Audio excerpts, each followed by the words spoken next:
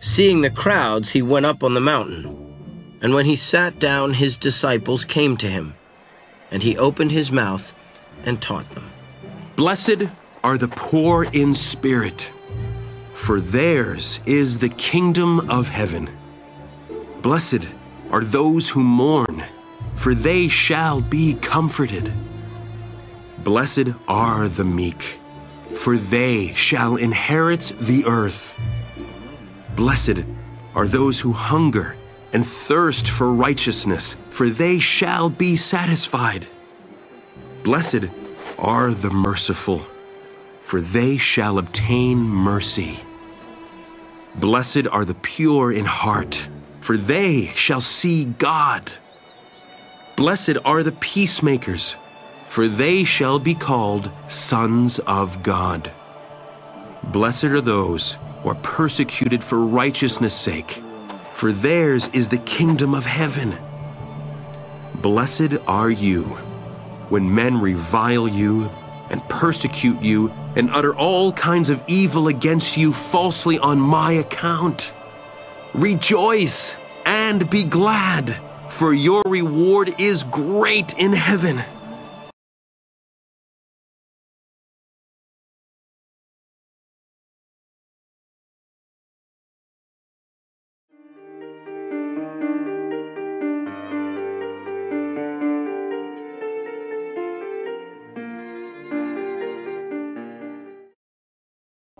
For theirs is the kingdom of heaven.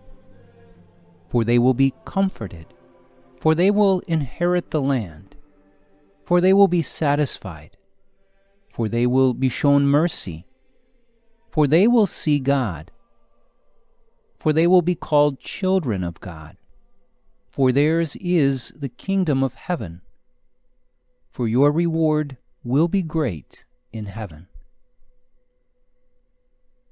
Listed above are all the rewards of living the Beatitudes. Read them slowly and prayerfully. Do you desire these good fruits, these rewards of the Beatitudes? Of course you do. It's a good spiritual practice to start with the reward, the effect of something, and to let the desire for that reward grow. The same is true of sin. It's a good practice, especially when one struggles with a habitual sin, to start with the effect of that sin, the negative effect, and ask whether or not you desire it. But today we have the Beatitudes, and as we ponder the fruits of the Beatitudes, we can't help but conclude that we deeply desire them. This is a good and healthy realization to come to. From there, we only need to add one extra step. Once we've concluded with a deep conviction that we desire the fruits of the Beatitudes, we then only need to add the first step. We insert the Beatitude into this desire so that we can understand and believe that the Beatitude is good and desirous. But what about the Beatitude?